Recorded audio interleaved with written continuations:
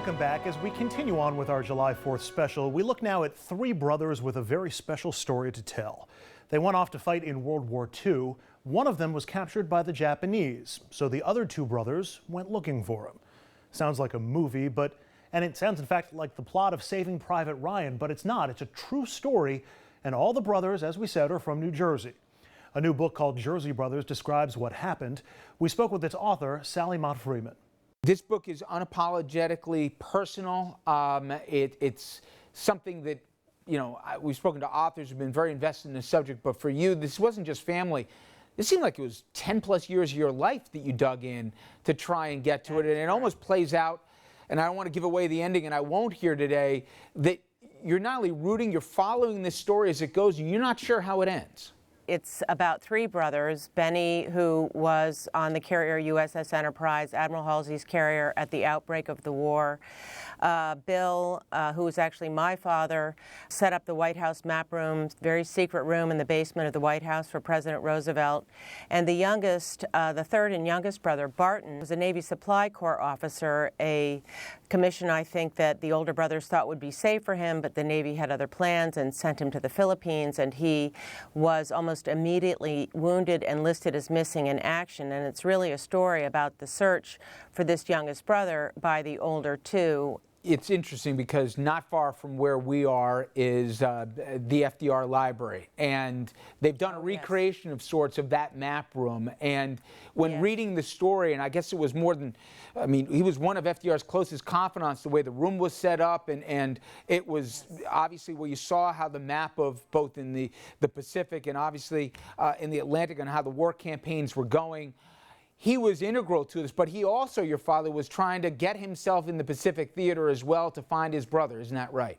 That is correct. He was in the map room from the beginning of the war to the middle of 1943, by which time the tales of the Bataan Death March and the deaths of tens of thousands of prisoners of war and their treatment had been made public. And my father wanted to get to sea. And at this time, his older brother, Benny, who had been at sea almost continuously since the beginning of the war, wanted some land duty, if you will. And Bill continued. He went with the amphibious march across the Central Pacific with Admiral Turner. He was his flag officer, and made it all the way to Manila, where he began conducting a foot search for his brother, very recently liberated Philippines. Your father and both his brothers distinguished themselves in service. And Barton, and as you've learned through eyewitness accounts and through the letters, first in the death marches, it was explained that while it can be as dispiriting as anything here and people would die or just collapse because they couldn't go any further, he apparently was filled with a rage and an anger that actually fueled him to persevere. Yes, a rage and an anger, but also I think ironically that Barton maybe felt set free as a prisoner because he was beyond the tether of this family that was always trying to finish his every sentence and help him and facilitate his every move. And in prison camp, he really became a leader. He became a leader in morale. He helped create music in camp. He was quite the joke teller. He was also of somewhat smaller stature. He was born prematurely, and because of that, God help you if you are a 6'5" Texan in prison camp, because the Japanese meted out their harshest treatment to the larger prisoners because they towered over the guards. And that even further demonstrated on what you read about in those hell ships, where unspeakable humanity happened because there was no food, no water, you put in conditions. And no air. And no air. And somehow maintained honor in that, and then we know since they weren't marked as prisoner ships, they were struck by the Allies.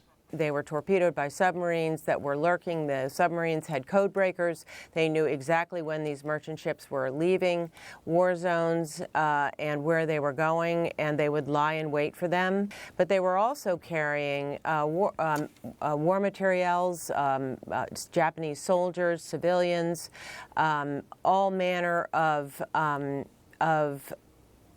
material that was facilitating the war against the Allies, which was the reason for that order to destroy all exiting shipping. Why they didn't mark those ships is an open question.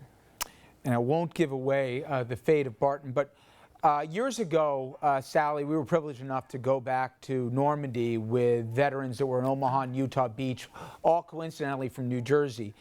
And what really struck me was how many of their stories they hadn't shared with their family, and that they would only share it with, in effect, the band of brothers. And they were kind enough to let us in to that world, and they were honorably celebrated by the French when we were there. And it was a chapter of their life that I'd like to think, at least, that they were recognized.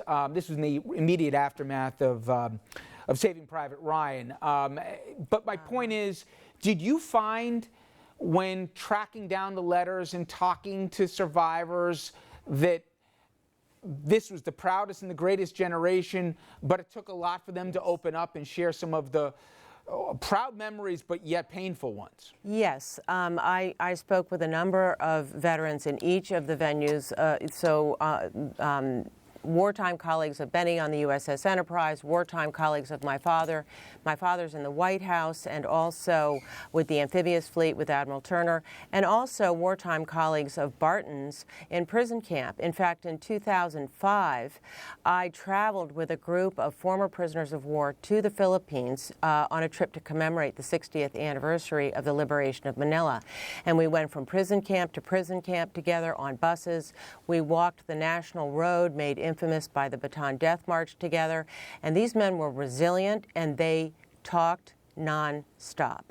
I think it was a catharsis for them to tell these stories. Well, it's a remarkable book, for folks, and if you think you've heard every version of World War II, and there's certainly a lot of books out there, I can't tell you enough how you keep turning the pages, because even though you think you know how it ends, it's got that kind of a payoff. So again, the Jersey brothers, Sally Mott Freeman, thank you so much for the time. I appreciate it. Thank you so much. Up next, the White House's behavior raising new concerns about abuse of power in our country, and that's making a brand new book on tyranny resonate with many. We'll speak with the author, whose book is really striking a chord.